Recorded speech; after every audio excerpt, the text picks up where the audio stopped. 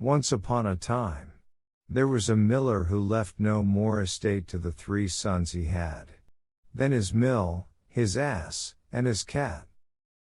The partition was soon made. Neither scrivener nor attorney was sent for. They would soon have eaten up all the poor patrimony. The eldest had the mill, the second the ass, and the youngest nothing but the cat.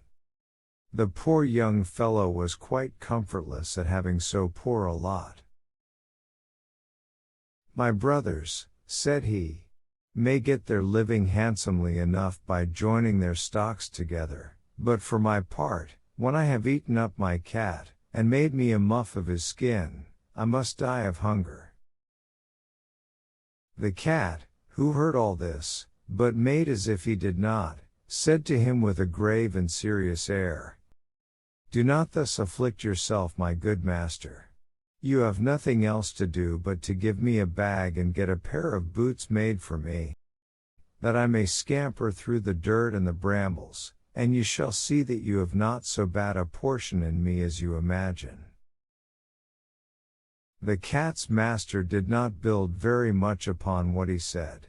He had often seen him play a great many cunning tricks to catch rats and mice, as when he used to hang by the heels, or hide himself in the meal, and make as if he were dead, so that he did not altogether despair of his affording him some help in his miserable condition. When the cat had what he asked for, he booted himself very gallantly, and putting his bag about his neck, he held the strings of it in his 2 forepaws, and went into a warren where was great abundance of rabbits. He put bran and sow thistle into his bag, and stretching out at length, as if he had been dead, he waited for some young rabbits, not yet acquainted with the deceits of the world, to come and rummage his bag for what he had put into it. A rash and foolish young rabbit jumped into his bag, and Monsieur Puss, immediately drawing close the strings, took and killed him without pity. Proud of his prey, he went with it to the palace and asked to speak with His Majesty.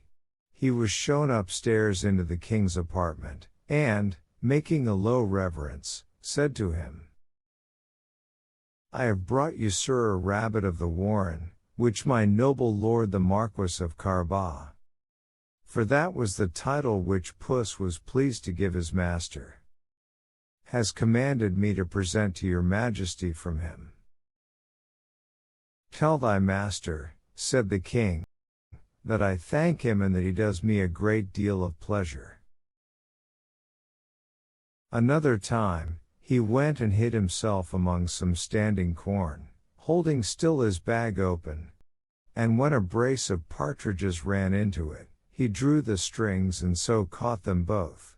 He went and made a present of these to the king, as he had done before of the rabbit, which he took in the warren.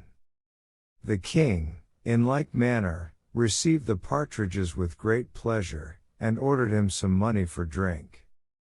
The cat continued for 2 or 3 months thus to carry His Majesty, from time to time, game of his master's taking.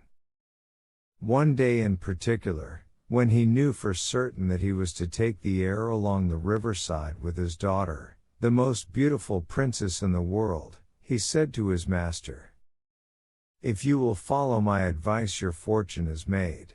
You have nothing else to do but go and wash yourself in the river, in that part I shall show you, and leave the rest to me."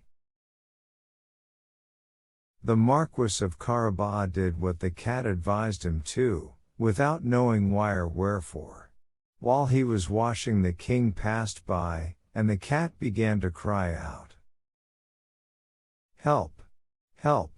My Lord Marquis of Carabas is going to be drowned." At this noise, the king put his head out of the coach window, and finding it was the cat who had so often brought him such good game, he commanded his guards to run immediately to the assistance of his lordship the Marquis of Carabas.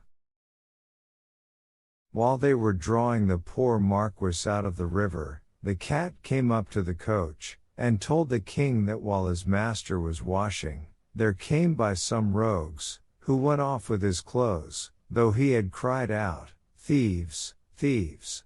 several times, as loud as he could.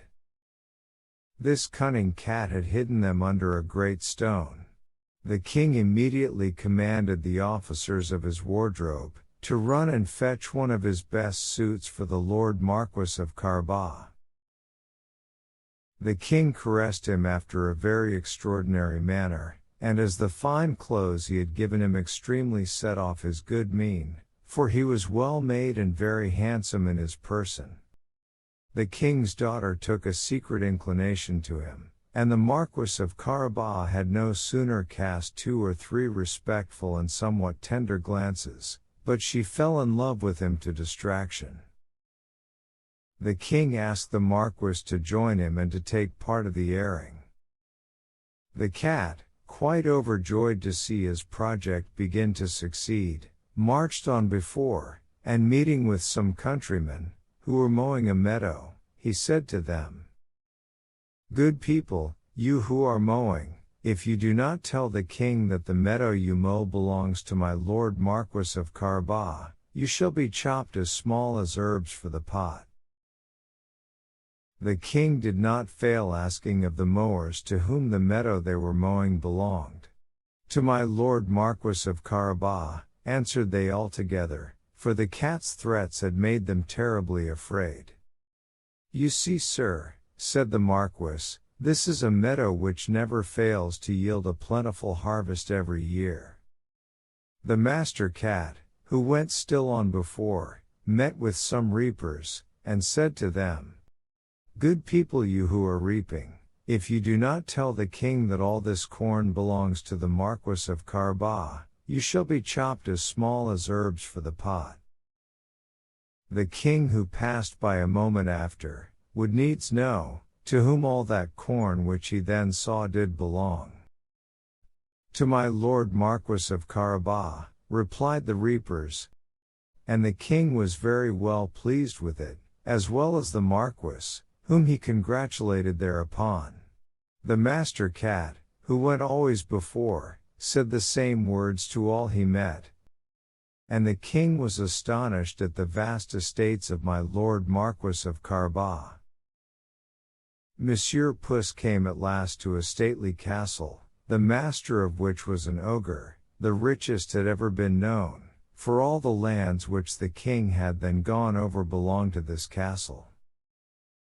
The cat, who had taken care to inform himself who this ogre was, and what he could do, asked to speak with him, saying he could not pass so near his castle without having the honor of paying his respects to him. The ogre received him as civilly as an ogre could do, and made him sit down.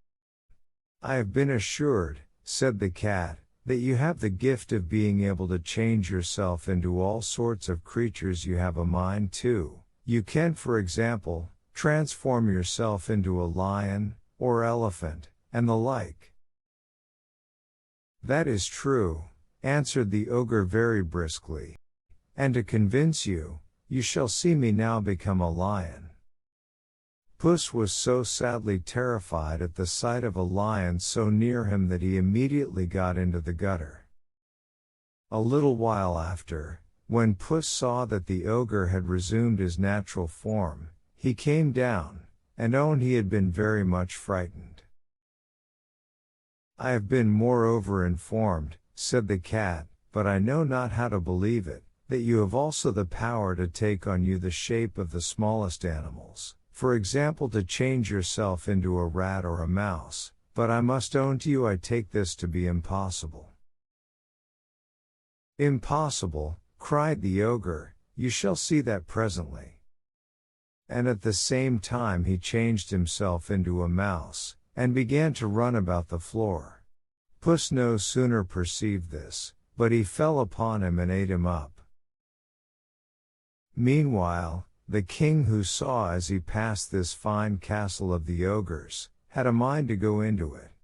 Puss, who heard the noise of his majesty's coach running over the drawbridge, ran out, and said to the king, Your Majesty is welcome to this castle of my Lord Marquis of Carabas.